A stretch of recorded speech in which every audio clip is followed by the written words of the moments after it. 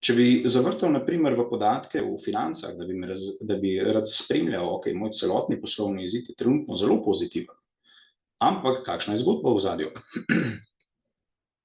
Se poročilo naloži in vidim, da vsak mesec poslujem zelo dobro, vsak mesec imam več prihodkov, kot pa imam odhodkov. Kako to vem?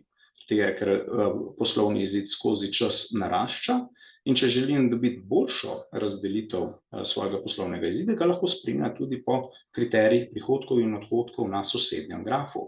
Oba prikazujeta časovno dimenzijo in razlika med prihodki obarvani temno in odhodki obarvani svetlo, ta razlika se pokaže kot kumulativna vrednost v prvem grafu.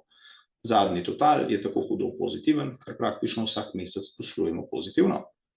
Enako prihodke in odhodke ter poslovno uspešnost potem spremljam lahko seveda po drugih kazalnikih, ki so povezani z glavno knjigo, to so stroškovna mesta, konti, izkaz poslovnega izida in vse, kar pa še zraven.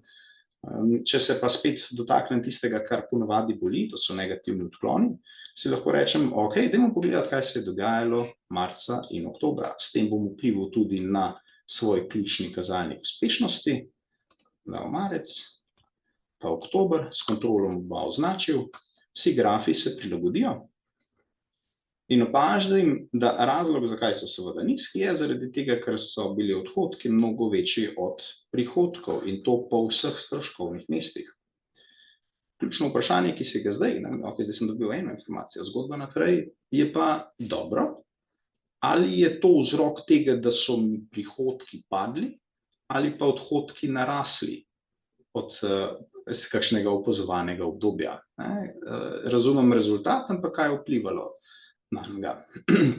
Pri tem mi pomaga spet hierarhija spodaj, hierarhija poslovnega izida oziroma drugačnega pogleda na prihodke in odhodke, kjer pa imam prikazano, se pravi, kakšen je bil moj saldo v trenutnem letu, odhodki so seveda negativni, prihodki so pozitivni, hkrati podobno kot prodaja prej, mi pa odgovarja še na vprašanje, kakšni so bili odhodki in prihodki v prejšnjem letu, z ponovno pozitivnimi oziroma negativnimi nominalnimi in pa odstotkovnimi odkloni.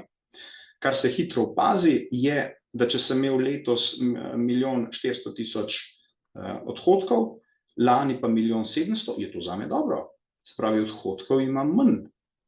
Kako potem je moj poslovni izid letos slabši? Ja, prihodki so malo bolj padli kot pa odhodki.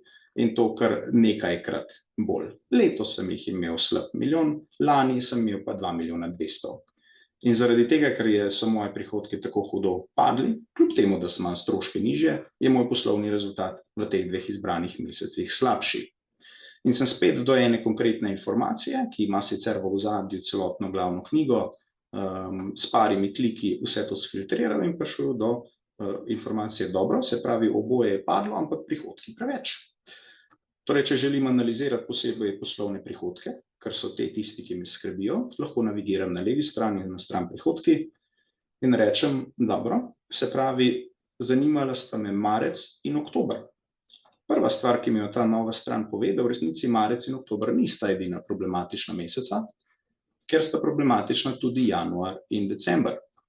Se pravi, imam takoj malo širši nabor. To je bilo prej očem skrito, zdaj pa ne več. Enak kazalnik prihodkov se torej spet prikazuje po dimenziji mesecev, po dimenziji razreda prihodkov, stroškovnih mest, tokrat pa tudi partnerjev, s katerimi prihodke generiramo. Kar pomeni, da če jaz želim spremljati, zakaj je bil tak velik padec dotično marca in oktobra, spet si dodam to v svoj nabor filtrov, razširim oziroma zavrtam v kategorijo oziroma razred poslovnih prihodkov, pa vidim, da je sicer poslovnih prihodkov največji padec, tokrat bom svoj fokus dal na čiste prihodke od prodaje na domačem trgu, in bom poiskal, tole bomo še malo razširili, tako, če grem z drsnico malce nižje, takoj vidim, da največji odkloni od prejšnjega leta prihajajo iz konta 7.6, ki ima na koncu 3, ali pa na koncu 2. Specifično so to govoreči konti, ki pomenijo ali prodajo druge opreme ali pa prodajo pohištva. Če dodam pohištvo v svoj nabor filtrov, spremljam prodajo pohištva oziroma prihodki iz prodaje pohištva v marcu in oktobru za posamezne partnerje. Če si partnerje natančneje ogledam, bom videl, da imam največji odklon pri partnerju Petrič & Company, kjer se potem izkaže, da sicer spet nekaj časa poslujem pa pozitivno, se pravi, sta problematična samo marec in oktober, nekaj malega september pa januar.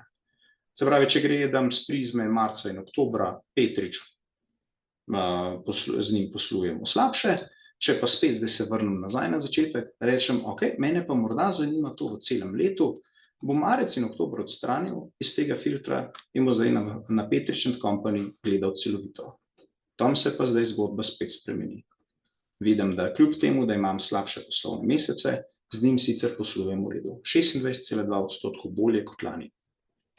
S tem sem vas spet želel prikazati začel sem zelo enostavno in niti ni nujno, da se z vsakim vprašanjem tako globoko zavrtam v informacije, ampak imamo vedno možnost sami sebi odgovarjati in razpredati zgodbo, ugotavljati stvari, tako kot jih prej na takšen način morda nismo uspeli.